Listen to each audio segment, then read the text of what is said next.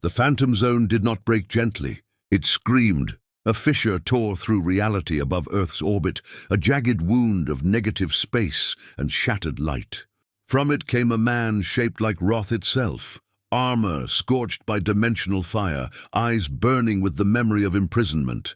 General Druzad was free. He hovered in the vacuum of space for a moment, fists clenched, letting the yellow sun wash over him. His cells drank it in greedily. Strength surged, bones hardened, muscles coiled like steel cables. He laughed, a low, vicious sound that carried even without air. "Earth," Zod growled, "you will kneel." Cities felt him before they saw him. Satellites died screaming. Shockwaves rippled through the upper atmosphere as Zod descended like a god's hammer, tearing clouds apart. He didn't announce himself with speeches.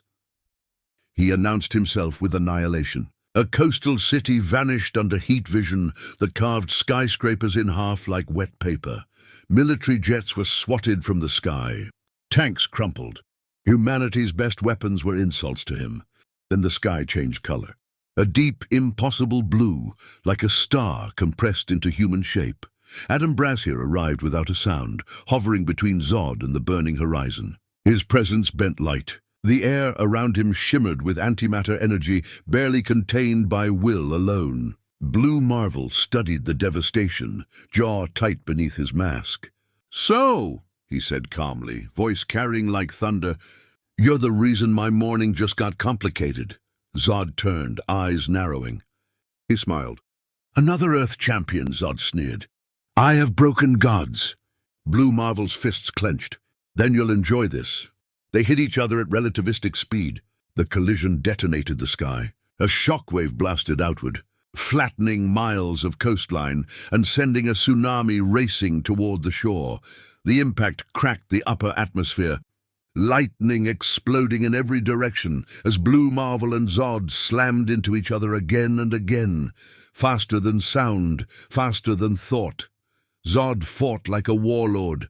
Every strike was meant to kill. Elbows shattered mountains. Knees split tectonic plates. He drove Blue Marvel through a city, through bedrock, and out the other side of the planet, hurling him into orbit.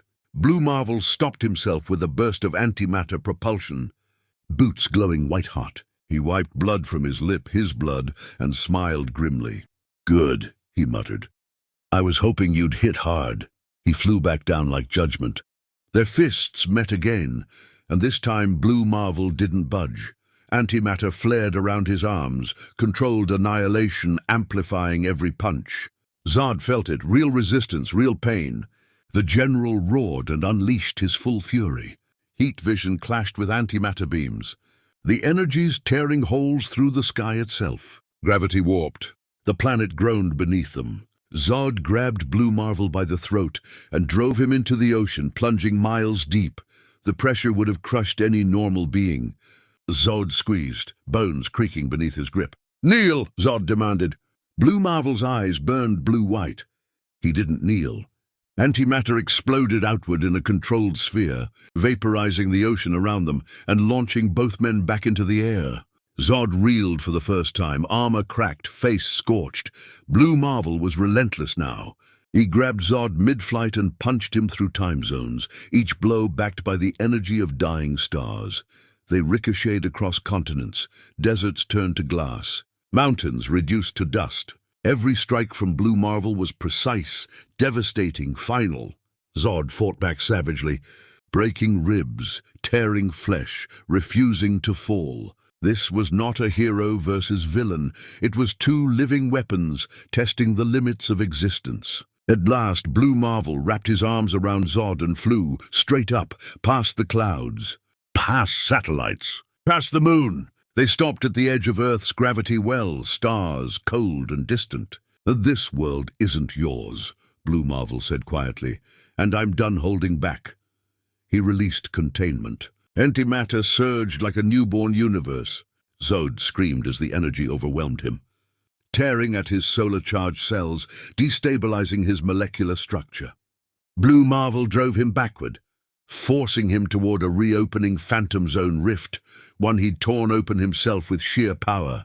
Zod clawed at him, eyes wild. "I will return." Blue Marvel slammed both fists into Zod's chest. Then I'll be waiting. He hurled Zod into the Phantom Zone and collapsed the rift behind him in a blinding flash. Silence followed.